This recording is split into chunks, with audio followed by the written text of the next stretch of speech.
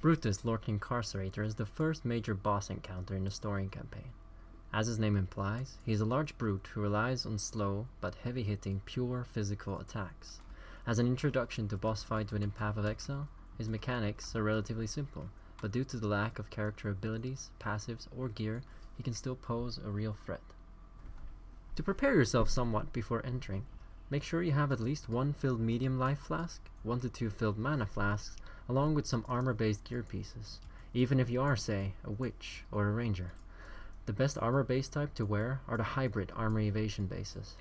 Not only do these come with evasion on top of the base armor, the stat budget is generally a lot higher on these pieces early on, providing you with nearly the same amount of total armor as pure armor-based gear. These items often have scale in their name, such as the fish scale gauntlets, the leather scale boots, or the scale vest. Now that you're prepared, let's get started. Brutus has 5 main abilities, which all deal pure physical damage. The first ability you will likely see is his hook ability. After a quick wind-up, he throws out his hook attached to his arm in an attempt to pull you in. If you do get hit, you take a moderate amount of instant physical damage and are inflicted with a short bleed effect. In addition, you are stunned and pulled towards Brutus. Oftentimes, he will immediately try to use any of his other abilities or auto-attack you. Overall, getting hit by this will deal around 100 physical damage before any physical damage reduction you may have, such as armor. You can generally sidestep this ability, or use a flask to recover your health, so you're not caught off guard for later abilities. His next ability is Ground Slam, which deals heavy physical damage. Brutus punches the ground in a large overhead slam, and spikes come out in a cone-shaped effect.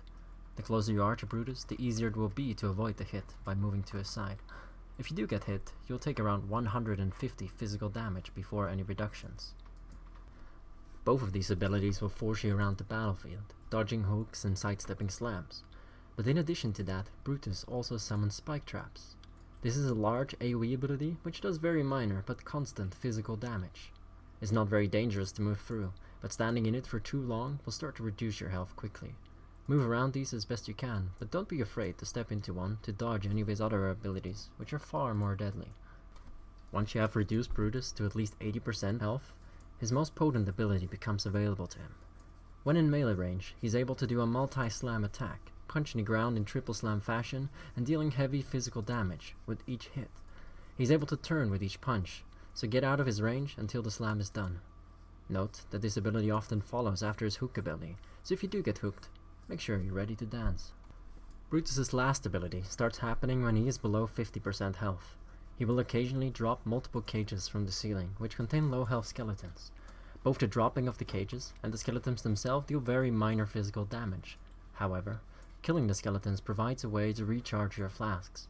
Most of the time, you can simply cleave down the skeletons while you continue your focus on Brutus. Some final tips then.